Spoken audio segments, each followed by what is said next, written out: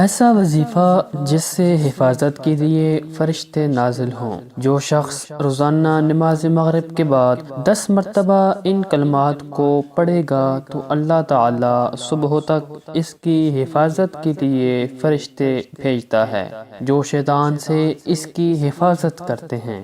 اس کے عوض اجر و ثواب کا باعث بننے والی 10 نیکیاں لکھ دی جاتی ہیں اور اس کی 10 مہلک بیماریاں مٹا دی جاتی ہیں اور اسے 10 غلام آزاد کرنے کا ثواب دے دیا جاتا ہے۔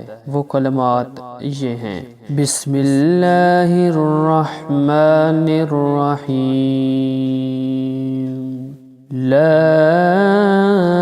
الہ الا اللہ وحدہ لا شریک لہ، لہ الملک ولہ الحمد یحیی ویمیت وہو علی کل شیء قدیر۔